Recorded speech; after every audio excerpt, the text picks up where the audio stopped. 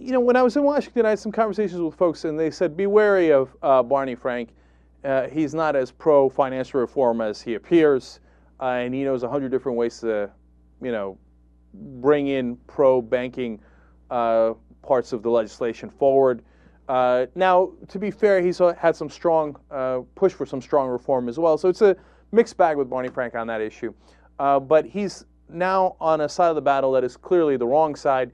He's fighting Al Franken on the one piece of the legislation that I like the most, the one that I have said throughout is the best part of the legislation.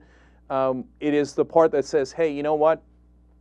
The rating agencies need to be separated from the companies that they are rating, because otherwise they're going to have all the incentive in the world to say, oh, you're going to pay me to give you a good rating? Great, then I'll give you a good rating.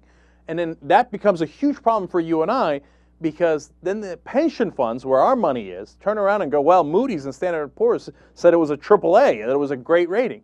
Well, they said that to get the contract from Goldman Sachs and Citibank and JP Morgan.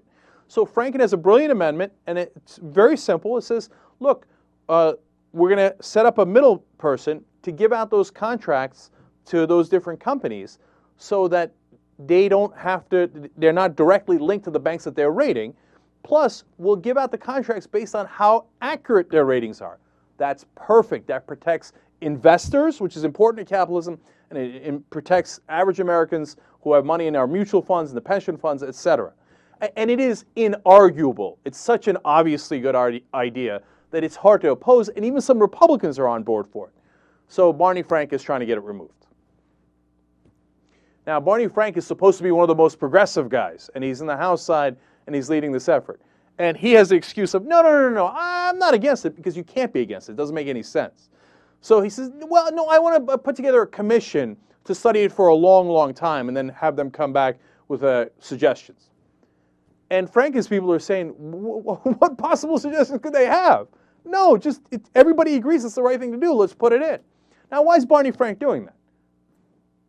There's no other reason other than to help the banks. So be wary of Barney Frank. And then he pretends to be all outraged because Franken's people are talking to the press about this. What were they supposed to do? Just lie down while you take it into committee and take the provision out? Oh, like you're angry because Al Franken's fighting back. Well, I love that he's fighting back. So again, on Franken's side, and remember what I told you in an earlier show, what people inside D.C. are saying is that Franken's staff is the best staff because they're not looking to get lobbyist jobs afterwards. So they're writing actually good pieces of legislation that actually does reform.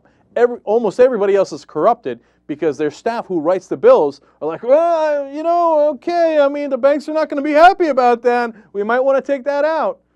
So in this battle between Franken and Frank, definitely on Al Franken's side.